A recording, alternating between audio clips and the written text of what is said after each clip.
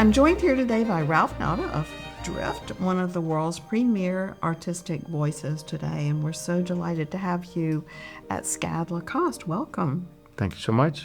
I'm glad to be here. You know, Lacoste has an esteemed heritage dating back to Roman times or even before. Drift's new installation, titled Unfold at SCAD Lacoste, blooms new magic. Please tell our audience about the experience that you created for everyone.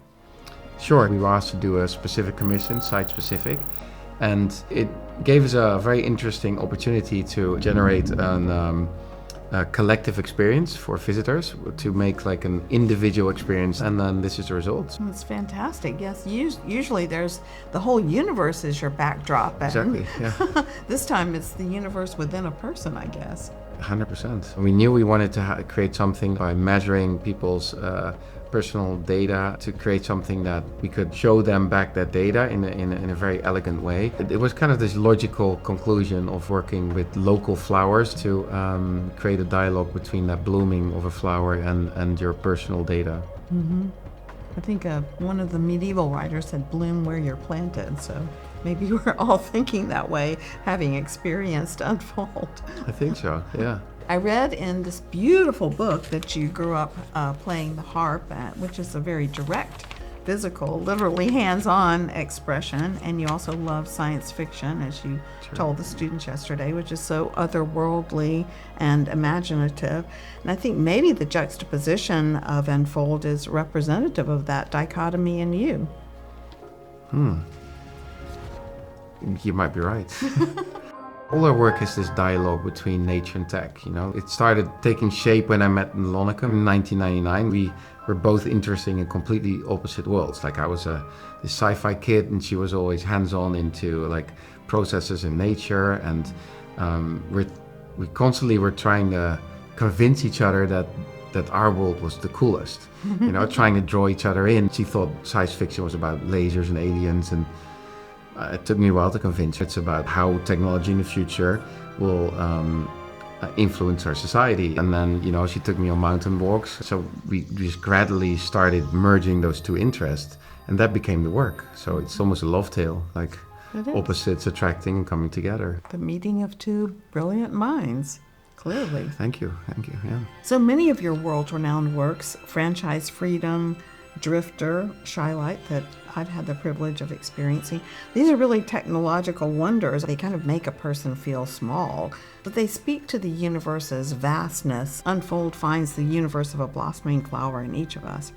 But I think you're appropriating or creating technology to create and invent such an intimate, personal experience. Mm-hmm. We do develop our own technologies. That's so interesting. Yeah, I just want to make sure that the people that engage with our work, I can create a level of surprise. I just need to be sure it's never seen before. Therefore, you know, we do all our hardware, software, the algorithms, everything is custom. Your work is quite complex. We can only tell our story very profoundly. What we mostly need is a reconnection to our natural environment. Because like to our social media and everything, and those algorithms getting stronger and stronger, to AI and everything, we just miss more and more time to think critically. And you can only do that by, you know, connecting to your natural surroundings and granting yourself time to start asking the right questions again. Now that I've experienced Unfold, I'm noticing even more flowers here than I had noticed before, yes. I love that. So your creations are bold with a capital B. Can you take us through the process from concept to development of some of your most iconic works like Drifter or any others that you'd like to talk about? Well, my partner, Lonneke, she learns to experiment.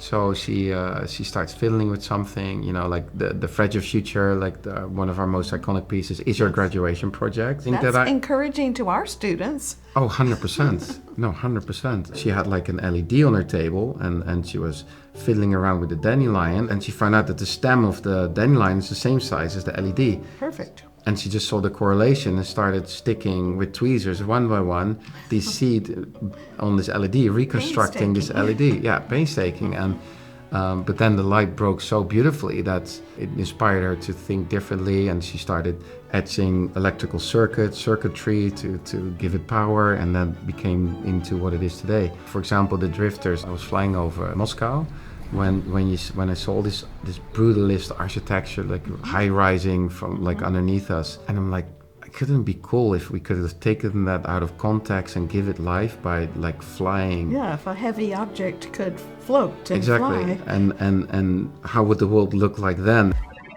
I noticed that you said to our students, don't forget AI is just a tool. When you reach out, you can shake someone's hand or you can make a fist and knock them down, punch them out. I think that's so valuable for students to think about and understand, because it's an evolving field that we all are involved in, and yet a lot of people have some consternation about it. Yeah, I mean, it's the fear of the new, obviously. And, rightfully so. I mean, we've never had a time whereby, the technological advancements are exponentially just speeding up. So, it's quite overwhelming and almost impossible to put it in perspective. But I think as an artist, we have the duty and opportunity to show, a positive side of the technologies that drive us forward. If we don't show them, I mean, it's a self-fulfilling prophecy. Glad you told them that. You said it's up to us to show the positive side. The more positivity we create, the more people will see it. 100%. It's the same with the drones. Like, I mean, we started putting lights on the drones in 2008. Now it's replacing fireworks around the world, what is amazing.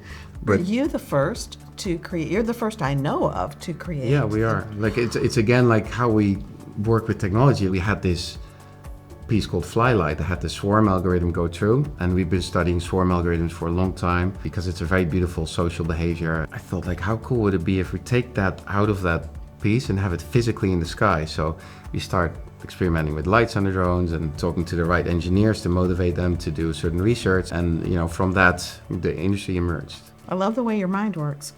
Thank you. I want to hear about the museum. I can't wait. When is it opening? Tell me all about it. We never had like the opportunity to show the work in its full potential, because you're dealing with curators and you're dealing with this time slot. There needs to be daylight, or that we can't play the music this and this loud. Now we can tell the full story of what we've been doing for so many years, and people can start seeing the relationships between the different works. Well, I can't wait to come and see it. It's another reason to visit Amsterdam, please, for sure. Please. Yeah. What's in your mind from all your science fiction, that you want to do next? It's a very weird time we're living in. I mean, it's almost we're caught up to like all the, well, except like space travel. I mean, people are working on it, but You can do that. No. I want to make like a sci-fi movie at some point in my life. That's for cool. sure. I think so. Yeah. I Do think that. so. I will. Okay, I'm sure you will. Well, thank you so much for creating this work for SCAD and for us to get to know the world of drift a little bit better, a world where really technology listens and nature speaks, and your own personal essence is a part of everything that you're doing, and it's just so admirable, and we just thank you so much. Thank you. The feeling is mutual. Thank you so much.